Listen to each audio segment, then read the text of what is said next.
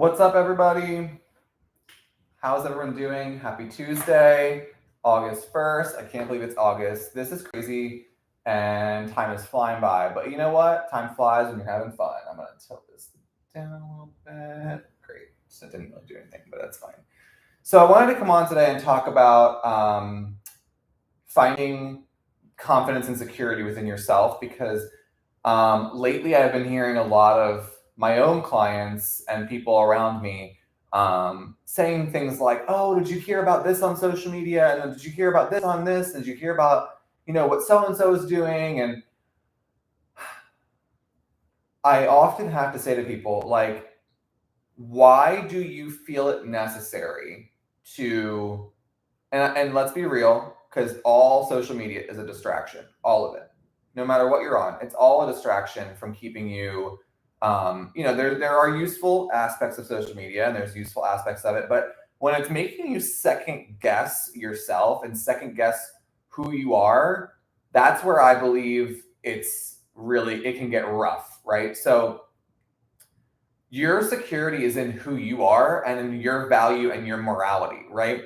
The second that you start to second guess yourself because what somebody else is doing, that's the danger, right? So, it's like a friend of mine was talking to me about this book, and it's not to, we were just having a discussion. If she watches, she knows, right? It's not a big deal. I don't care. That it's like this book, and in the title it says the F word, and I'm not against the F word. Like you do you, but when something is like saying F this, to me it's like, okay, like why is this person so angry that they need to use the F word to describe it? Like why can't it just be like a nice? And I realize like people use the F word and trying to make things funny. I get it. Like whatever, you do you. However, when something comes from anger, or when something comes from you are trying to get attention, or because that's what this person that I've seen is doing, and it made me a little like, I don't know, do you ever have like, we all have like an internal discernment meter or judgment meter of not judging people, but just like judging the situation to see like, do I need to react to this? Do I need to like, how do I feel about this, right?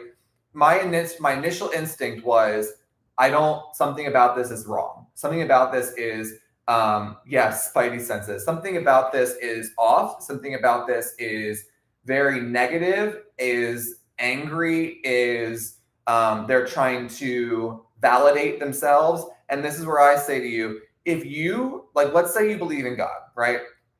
Most people know I believe in God, and I don't hide it. It's my belief system. I'm not out there screaming about it.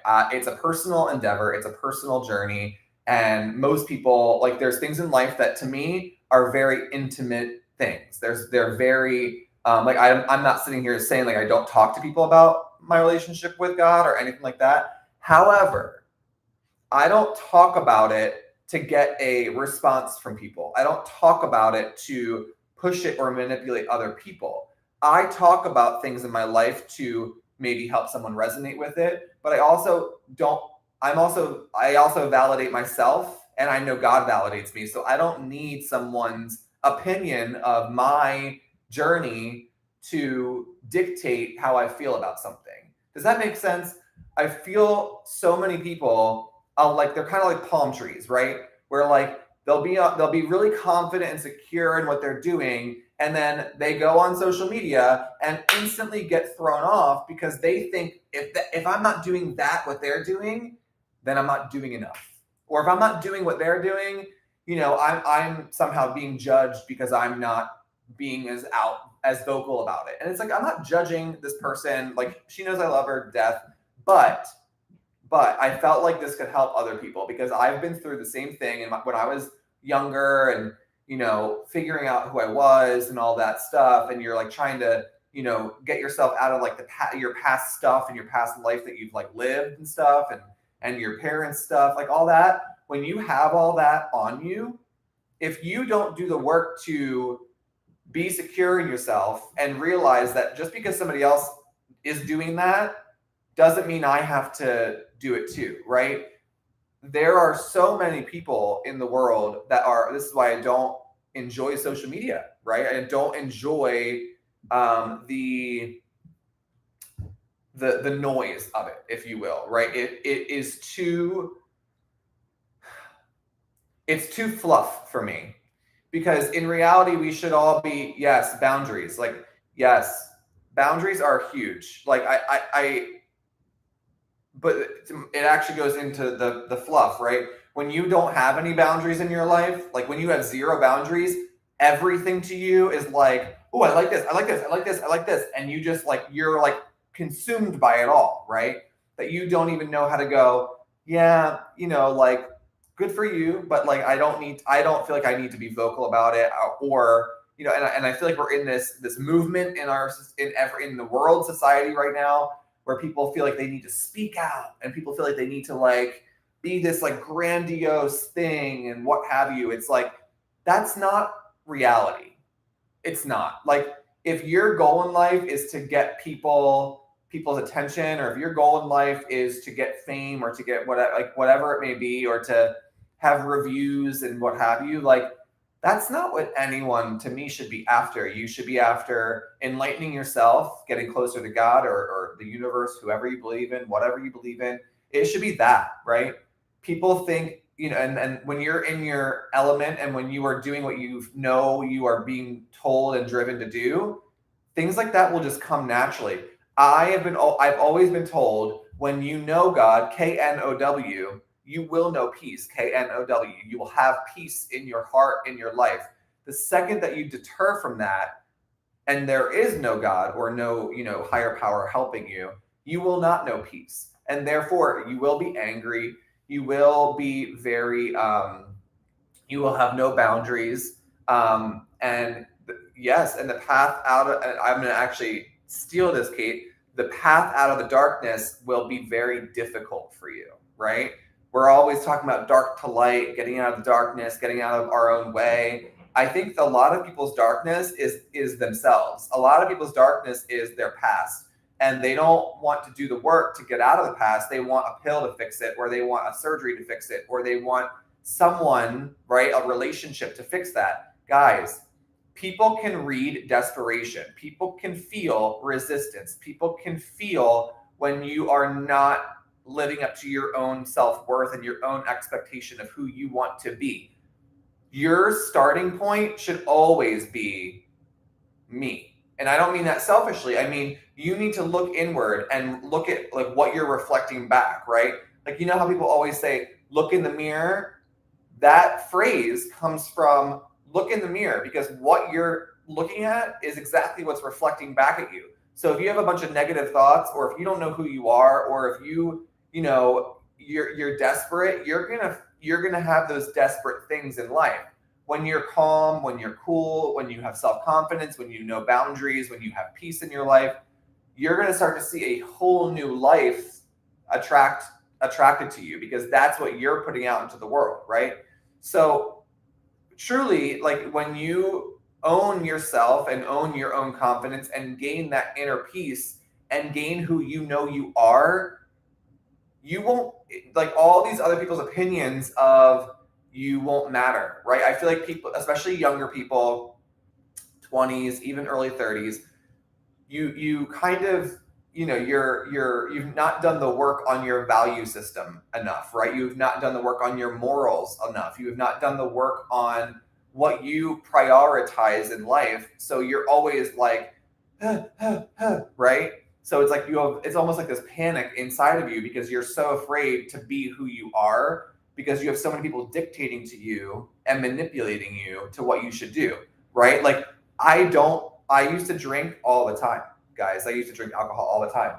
Now, I don't. I just don't enjoy it. It's not my favorite thing in the world to do. I used to love drinking. I used to be a consistent drinker. And when I realized like how much it was affecting me and my work and my sleep and my recovery, that was a moral thing for me, where I was like, you know what, like, this just doesn't feel right for me anymore. And even when I go into like pressured situations with family or friends and everyone else is drinking and I'm not, people are like, do you want anything? I can easily say, I'm good. The first couple times it was really tough because I didn't have confidence enough in myself to resist it, right?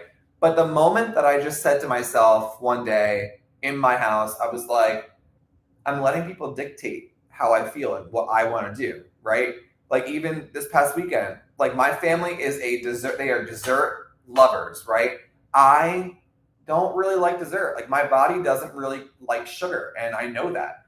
And so when I am in a pressured situation with people, they will almost always um, they don't, because they're uncomfortable with me saying no, they'll say, come on, just have a little bit, just have a little bit, just have a little bit. And it's like, I don't want it. And they still push and push and push because it makes them uncomfortable to have to look at themselves. Hey, Michelle, it makes them uncomfortable to look at themselves. So therefore, because they're uncomfortable, they need to make you uncomfortable because it's outside of their comfort zone, right? So when you just have such security in who you are, and this is a mindset, right? Security in who you are, your boundaries, your priorities, your morals, all of that, you stop floating around like the friggin' wind. You have a backbone, and you stop letting people dictate to you what it is and who you are, right? And I feel like that's for a lot of people who like are single still and who are not in finding the person, that it's because you need to look inside of yourself. You're putting out desperation, or you're clearly not ready for that, right? And it's okay. So when people say to you, oh, you need to be in this, if you're not so secure in who you are, where you're at in your life, the fact that you're doing work on yourself, you will always, and I can guarantee this because I'm going through it myself, you will always think to yourself, oh, I need to get out there, or oh, I need to, because it's a pressure. People don't like being uncomfortable, and people want to, like, there's this like timeline of events of how you think life should work, especially when you're walking with God. It's like people don't realize that, like, yeah, like, and this is like another set of the story is like people who know God, it's a walk. It's not a sprint, it's a marathon. And you will have ups and downs in life, right? So it's so funny when people say, like, oh, I thought I learned that lesson, or oh, I thought, like, I can't believe I'm still working on this. They get really hard on themselves. And it's like, okay, you clearly haven't learned this lesson yet because you're not secure enough in saying no to things, or you're not secure enough in your relationship with yourself and with God. So that's why you keep on going up and down. It's a walk. You will turn away from him, you will come back to him. But when you are constantly back and forth and back and forth and back and forth, and then you start judging yourself on it, it's because you're not secure enough in your relationship with him, because you're looking at everyone else to validate possibly your relationship with him, as opposed to just being in that relationship. Does that make sense?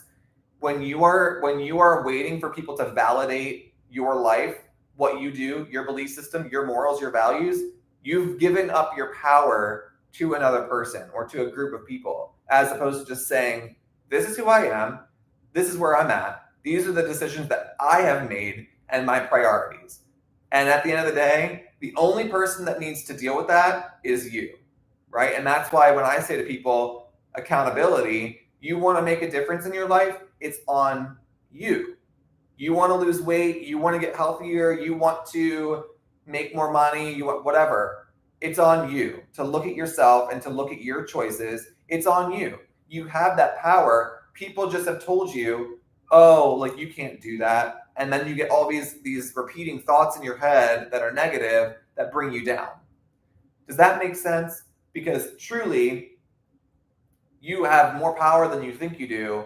You're just so used to going on social media for attention or to distract yourself from reality again. And we all do it, myself included. And it's because you need to be so aware of your time, right? People are like, oh, I don't have enough time, or I'm busy, or whatever. It's like, we all have the same 24 hours in a day. So if you can't accomplish or make money or whatever it is that you want to do, or look inside, it means you're distracting yourself from the hard stuff that you need to be doing.